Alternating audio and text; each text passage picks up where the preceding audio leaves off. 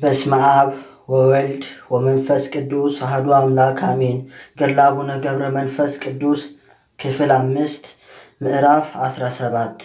በኋለኛው ቀንም አባ ገብረ መንፈስ ቅዱስ እንደ ልማዱ ወደ እኔ መጣና ሰላም ላንተ ይሁን አለኝ።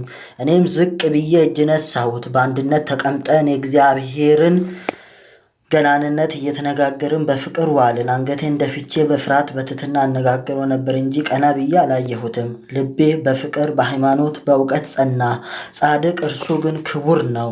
ከዚያ ዘመንም እንደሱ ያለ አልነበረም። ያም መነኮስ አባቴ ስምህ ማን ነው? ከየት መጣህ? ብሎ ጠየቀው። ከሰው የበለጥኩ ሆነ አይሃለሁና። አቡነ ገብረ መንፈስ ቅዱስ ግን አገሬ ነሂሳ ስሜም ገብረ መንፈስ ቅዱስ ይባላል አለው። ከተወለደበት ጊዜ በ3 ዓመቱ የእግዚአብሔር መልአክ ከእናት ከአባቱ ቤት እስከወሰደው ድረስ ከሕፃንነት ጀምሮ የሆነውን ሁሉ ነገረኝ። እኔም ደስ አለኝና አባቴ ምን ትመገባለህ? ወዴትስ ታድራለህ? አልኩት። ቤት ቦታ ወይም ዋሻ መጠለያ አለህን? እንደዚህስ ያለ ልብስ ራቁትህን ትኖራለህን? በበጋም ሆነ በክረምት ልብስ አትለብስምን? አልኩት። አባቴ ገብረ መንፈስ ቅዱስ ቀድሞ በፈጣሪዬ ፍቃድ በበረሃ ስኖር ሰማያዊ ህብስት እየበላው ሰማያዊ ጽዋ እየጠጣው ነበርኩ። አሁን ደግሞ ምግቤ ከገነት ዛፍ 7 ፍሬ እንዲሆን እግዚአብሔር አዞልኛል አለ። ዳግመኛ ከእናት ከአባቴ ቤት ከወጣሁ ጀምሮ ስለ ልብስ አላሰብኩም። እግዚአብሔር የተመኘሁትን ሁሉ ስለምነው ይሰጠኛልና። በቤት ውስጥ አልኖርም፣ በበረሃ እኖር ነበር እንጂ ከተራራ ወደ ተራራም እዞራለሁ አለ። በእውነት ብፁዓዊ አባታችን የእግዚአብሔር ልጅን መሰለው። ሊጠለልበት ጉድጓዶችን፣ ዋሻዎችን፣ ዛፎችን አላዘጋጀም። በበጋም ሆነ በክረምት በቀኑ ዋዕይም ሆነ በሌሊቱ ቁር ራሱን የሚያስጠጋበት ምን አልሰራም። ከዚህ በኋላ አባታችን ወደ ቤተ ክርስቲያን ከመግባቱ አስቀድሞ ሌሎቹ ቅዱሳን መጡ። በግልጥ አይደለም ተሰውረው እንጂ የእግዚአብሔር መላእክት እንዳስለመዱት በስውር ጸሎት ሊያደርጉ መጥቷልና። ያን ጊዜ አቡነ ገብረ መንፈስ ቅዱስ መጣ። መላእክትም ደስ ብሏቸው ሃሌሉያ እያሉ አመሰገኑ። ይቅርታና ቅንነት ተገናኙ። እውነትና ፍቅር ተስማሙ። በቀስታ አልነበረም፣ ነገር ግን እንደሚጮህ ከበሮ ድምፃቸውን እያሰሙ ነው እንጂ። ዳግመኛም አባታችን እንደ ልማዱ ነብር አስከትሎ ወደ እኔ መጣ። እግሩን እየታከከ ተቀምጦ ነበር። ባየሁት ጊዜ ፈራሁ፣ ተንቀጠቀጥኩ፣ ደነገጥኩ። አባታችንንም እንዲህ አልኩት፣ ወደ እኔ በመምጣቴ የተነሳ አፈራለሁ፣ እደነግጣለሁ፣ ስጋዬ ደካማ ነውና። ይህንም ነብር እኔን ሲያይ በቁጣ ይጮሃል። እኔም እሱን ባየው ጊዜ እፈራለሁ፣ ልታገስም አልቻልኩም። ብፁዓዊ አባትም ነብሩን ዝም ብለህ ታዘዝለት አለው። ያን ጊዜም ከእግሩ በታች ተኛ። አባታችንም እኔን እንዲህ አለኝ፣ ይህ ነብር ለምን ትፈራዋለህ?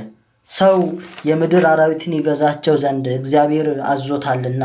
ግን ሰው የእግዚአብሔርን ትእዛዝ ባፈረሰ ጊዜ እነሱም ከዱት። በእግር የሚሽከረከሩ በክንፍ የሚበሩ እንስሳትና አራዊት አእዋፍም አንገዛም አሉ። ጠላትም ሆኑት፣ ሊበሉትም ፈለጉ። ግን የምህረት አምላክ እግዚአብሔር ሁሉን ከእግሩ በታች አስገዛለት። አሁንም መነኮስ ሆይ የእግዚአብሔርን ትእዛዝ ብትጠብቅ፣ ያለ ጥርጥር ስርዓቱን ሕጉን በቅንነት ብትከተል፣ ንጽሕናን ገንዘብ ብታደርግ፣ ቀድሞ እንደ መምጣትህ ከዚያ ለምኞት ብትርቅ፣ እነሱ ይፈሩሃል፣ እንዳዘዝካቸውም ይኖራሉ።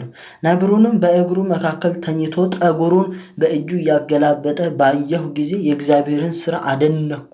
ለዚህ ብፁዓዊ የወደደውን ሁሉ እንዲያደርግ ያደረግክለትን የእግዚአብሔርን ሥራ ስንነጋገር ብፁዕ አባታችን እንዲህ አለ። ቄስ እገሌን ወደ ቅዳሴ በገባ ጊዜ የእግዚአብሔር መልአክ ከቤተ መቅደስ ውጭ ቅዳሴው እስኪፈጸም ከአምዱ ጋር የፍጥኝ የግርግሪት አሰረው።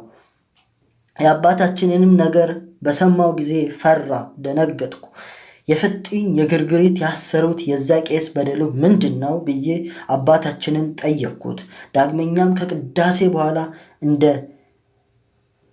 እንደሚቀላቀል ነገረኝ። እኔም አባታችንን ካህናት በበደላቸው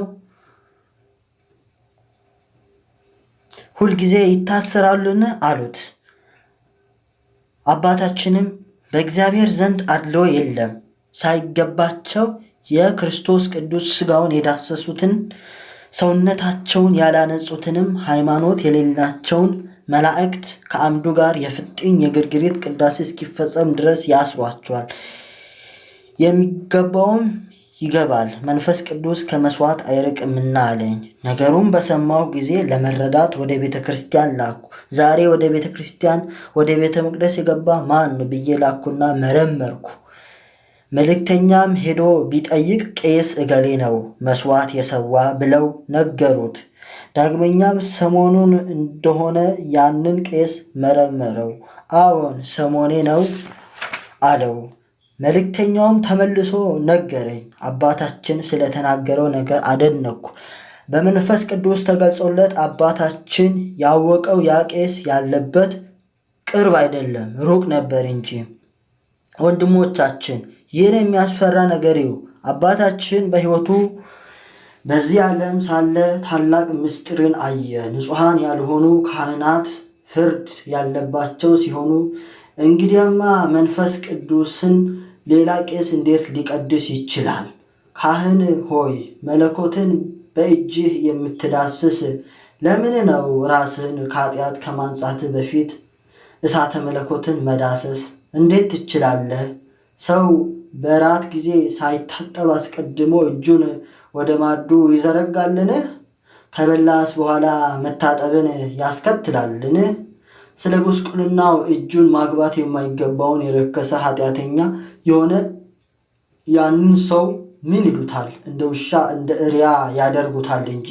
እናንተ ካህናት አስቀድሞ ሥጋችሁን ነፍሳችሁን አንጹ፣ ከዚህ በኋላ ጌታችን ወደ መስዋዕት ተመለሱ። አንተ ግብዝ አስቀድሞ ጉድፉን ከዓይንህ አውጣ ብሎ ጌታ በወንጌል እንደተናገረ በእውነትም ሰው አስቀድሞ ጉድፉን ከዓይኑ ሊያወጣ ኋላም ከወንድሙ ዓይን ሊያወጣ ይችላል። እጁን፣ እግሩን፣ ፊቱን፣ መላ አፍአዊ አካሉን ሊታጠብ ይገባል። ነገር ግን ውስጣዊ ልብን ከኃጢአት ማንጻት ይበልጣል። ብፁዓዊ አባታችን እንዲህ ብሏል። ኃጢአት ሰርቶ ለካህን ያልነገረ ሰው ኃጥእ ይባላል። ራሱን ለካህን ያጋለጠ ኃጢአቱን ለካህን የነገረ ግን ወዲያውኑ እንዳልበደለ ንጹሕ ይሆናል። ይህም ሰው መንፈስ ቅዱስን የተመላ ነው። ንጽሕናን ልብስ አድርጎ ወደ እሷ በመጣ ጊዜ ቤተ ክርስቲያን ደስ ይላታል። ንጽሕናን ገንዘብ እንዳደረገ እንደ ገዳማዊ ዮሐንስ ያደረበት ጸጋውም ከፀሐይ ብርሃን ይበልጣል።